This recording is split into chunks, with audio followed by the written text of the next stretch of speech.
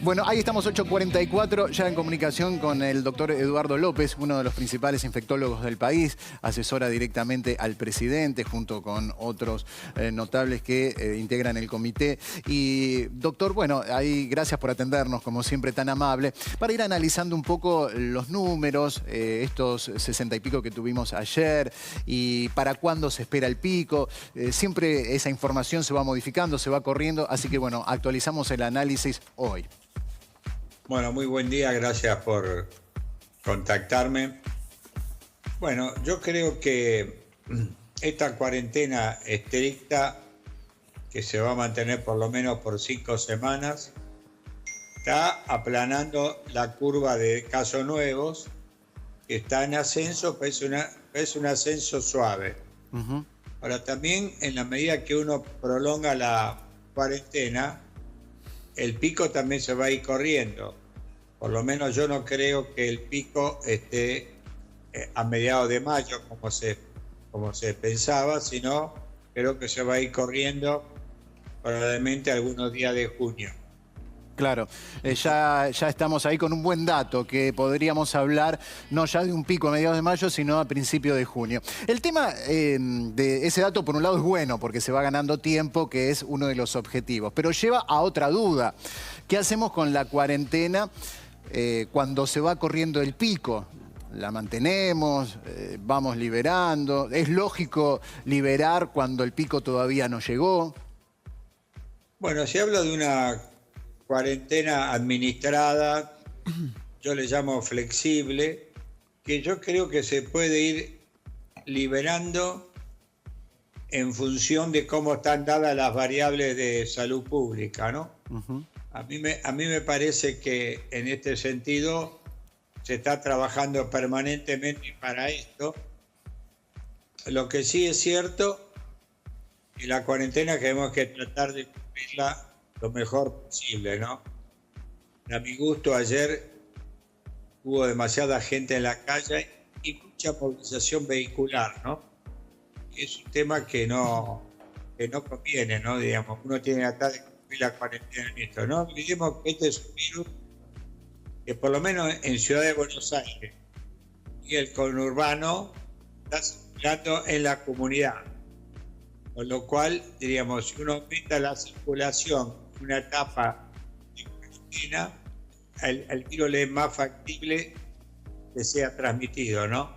Claro, obviamente. O sea, vio un movimiento, esta semana se flexibilizó un poquito la cuarentena, vio un movimiento que no le gustó, por lo menos no es recomendable en esto de el objetivo que tenemos todos, que es frenar el virus. Correcto, usted lo ha dicho muy bien y creo que tenemos que seguir cumpliendo con la cuarentena todo lo posible, ¿no? El rol de los medios de comunicación es muy importante en este aspecto y creo que tenemos que seguir trabajando en ello, ¿no? Este es un virus que no se ve y de repente empiezan a aparecer casos y uno dice ¿dónde se contagió? Y es porque el virus está en la comunidad. Claro, desde hace 2 semanas por lo menos, ¿no, doctor? Que está el virus, digamos, dando vueltas por ahí. ¿Qué opina acerca de las disposiciones, por ejemplo, ahora de la Ciudad de Buenos Aires, que a partir de mañana establece el barbijo obligatorio en transportes públicos, en comercios? Bueno, en primer lugar, le agradezco que haya usado la palabra barbijo, porque el término tapaboca no es para nada feliz, ¿no? Dado que parece que tapara solamente la boca y uno tiene que tapar boca y nariz porque el estornudo es por la nariz, básicamente, ¿no? Tal cual.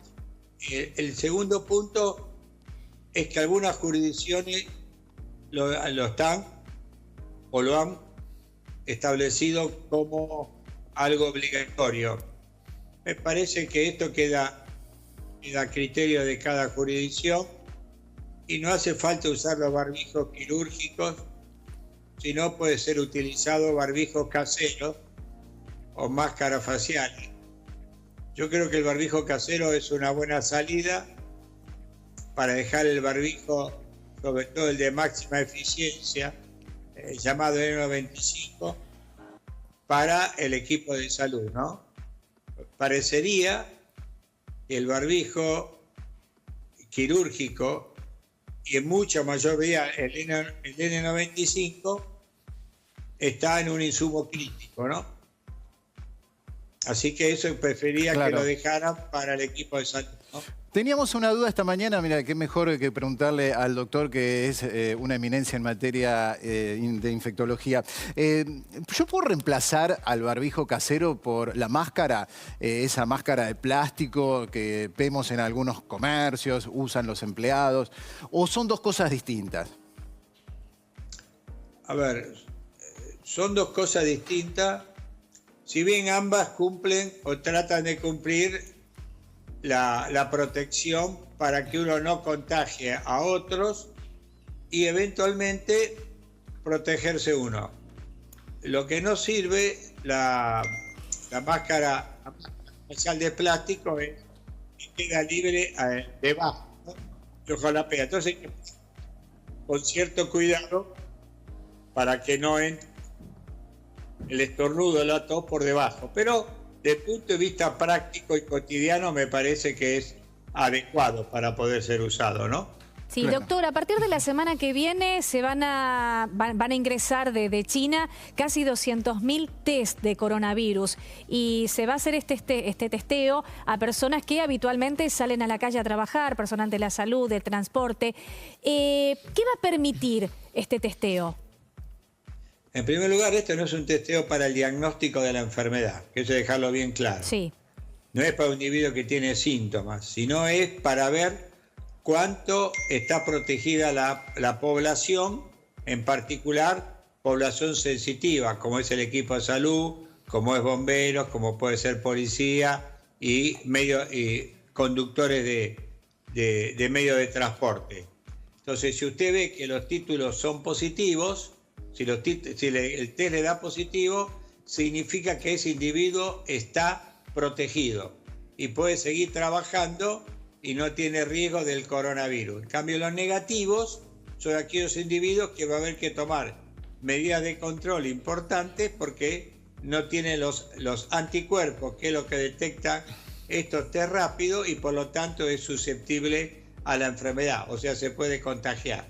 Eso es la utilidad mayor que tienen estos test, e incluso en algunos países como Alemania se utiliza para volver al trabajo.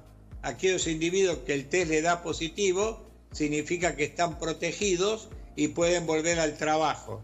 Es como una especie de certificado de inmunidad, ¿no? ¿Y qué es estar protegido, doctor? Probablemente que haya tenido el virus y que haya generado los anticuerpos y no haberlo sabido. Sí. En toda pandemia hay un grupo de individuos que no tienen síntomas, pero recibieron el virus, ellos generaron anticuerpos, o sea, elementos que son los elementos de protección que produce el organismo, y con eso quedan protegidos. Quedan protegidos y no se enferman. Esto en toda pandemia, con grados variables, lo hacen todos los brotes epidémicos en el mundo, ¿no? No solo para el coronavirus, también para gripe u otras enfermedades, ¿no? Doctor, el presidente dijo el fin de semana que la cuarentena iba hasta el 26 y que ahí volvíamos a hablar, lo dijo. ¿Qué datos se toman en cuenta cuando vuelven a la mesa de reunión, cuando vuelven a hablar usted, sus colegas respetados con el presidente? ¿Cuáles son los datos que se toman en cuenta para empezar a pensar en flexibilizar la cuarentena? Cantidad de nuevos infectados, cantidad de fallecimientos, todo. Muy bien dijo usted, todos. O sea, cantidad de infectados, cantidad de fallecidos, número de test usados, camas de utilidad intensiva, camas de internación general, o sea, cuántos individuos están en terapia intensiva, cuántos pacientes están internados en sala general, y uno va viendo si la curva crece suavemente o la curva crece en forma empinada. Cuando crece en forma empinada significa que usted tiene que extremar las medidas, y cuando crece suavemente y esto se mantiene a través del tiempo, usted puede perfectamente empezar a pensar en flexibilizar de alguna manera la cuarentena, ¿no? Y está creciendo suave. Es tipo suave, exacto. Claro, está Yo dando creo que el resultados. pico, cuanto más suave sea y que dure menos tiempo, que es otro tema que hay que tener en cuenta, esto es muy bueno. Porque acuérdense que el pico en Italia o España no solo fue un pico de crecimiento muy rápido, sino que se mantuvieron varios días, creo que inclusive 10 días en Italia, quizás más, con lo cual esto implica de que usted sostiene un pico con una enorme cantidad de casos, que es lo que nosotros tenemos que hacer. Un pico suave y que dure poco. Claro, hay un tema que, bueno, recién hablábamos un poco esto de los test, hay una cuestión que parece haber cambiado con respecto a lo que se hablaba al comienzo, es muy dinámico, se van conociendo cosas que por ahí antes no, y me gustaría profundizar lo de los asintomáticos en este sentido. ¿Contagian más de lo que se pensaba y por eso ahora es como que hay que reforzar tema de tapabocas, bueno, barbijo casero, cubre rostro, lo que sea, o no cambió la percepción que se tenía sobre el asintomático, digamos?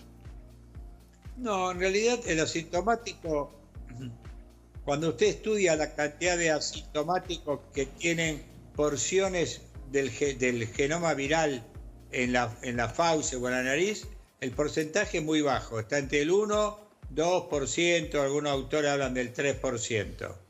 Este es un punto. El segundo punto es que el asintomático que tenga esas porciones de virus en la garganta no garantiza que sea contagiante, porque para usted, para contagiar, tiene que tener la partícula viral completa e infectante. Y porciones del genoma viral no garantiza que esto sea admitivo. Por lo tanto, a nivel mundial, inclusive la OMS considera que hoy por hoy el asintomático tiene escaso valor como transmisión de la enfermedad, y además nadie sabe si realmente transmite. El uso del barbijo pasa básicamente porque hay algunas publicaciones y algunos organismos de alto prestigio, como el CDC de Estados Unidos o el CDC europeo, dice que algún grado de utilidad podían tener. Entonces el barbijo casero, que es el nombre que a mí me gusta ponerle, diríamos, puede ser de alguna utilidad sin demostrar en el 100% certeza, y tampoco se ha demostrado en el 100% que no tenga utilidad. Entonces, entre toda pandemia, si uno puede preparar barbijos caseros, bienvenido sea, y no me parece mal que se use, y de hecho muchas jurisdicciones la han planteado obligatorio.